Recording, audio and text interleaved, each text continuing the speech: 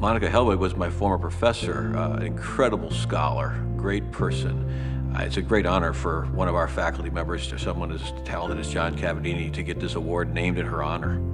Growing up with Dad, he was always an educator, so he was always teaching us different things, which could vary from like learning how to use type on the typewriter, to Greek, to Latin, algebra.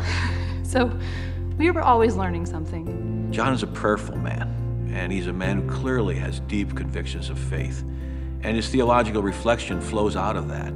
He always begins classes, calls it to order by just saying friends, and rather than pay attention, he says friends. And so there's a sense of kind of a class as a body of friends, kind of exploring the mysteries of God and of theology. When I was in his class, he would always say, avoid cliches.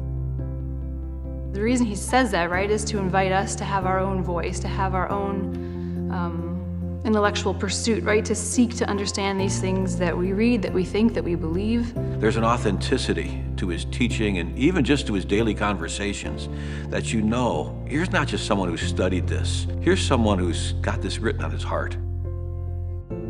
I've never known any other professor who can get students excited about reading the catechism, which is sort of like an encyclopedic text. But John inspires people to see the beauty of the faith in any text that he's reading, from ancient to new.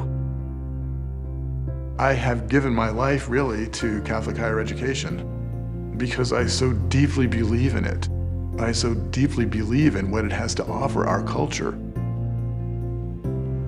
It's intrinsically satisfying to work in this field, therefore, because you're bringing to bear on students' life, on your own life and on students' life, something which gives them a sense of the meaning of life. And that the meaning of life is something gorgeous, and is something alluring, and is something worth investing. And it seems like that's kind of a cool way to spend your time. You really can't be a Catholic university in just a theoretical sense. You must be in service to the church. And John is a real leader in this area through his work with the ECHO program for catechists, through his mentorship of theologians to try to be with the church on important theological issues.